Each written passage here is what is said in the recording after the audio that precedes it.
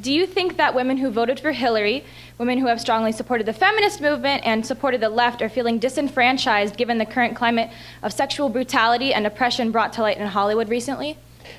So the question of what the left is doing about this, do they feel disenfranchised?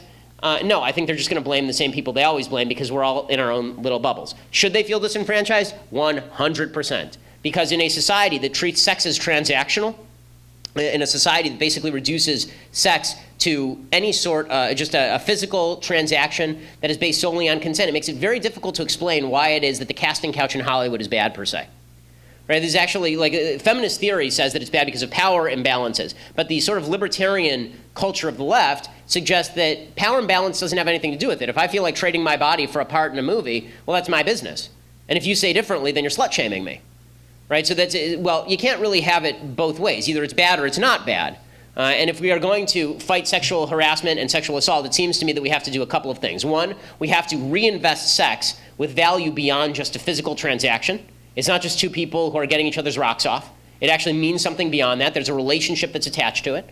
And beyond that, I think that we need to re-inculcate in men themselves, not just the teach men not to rape routine. Like, again, it's such a weird concept. Like, when I was 11, my dad didn't sit me down and say, son, don't rape people. Like, if you have to teach your child that, my guess is that you got a bigger problem than that on your hands.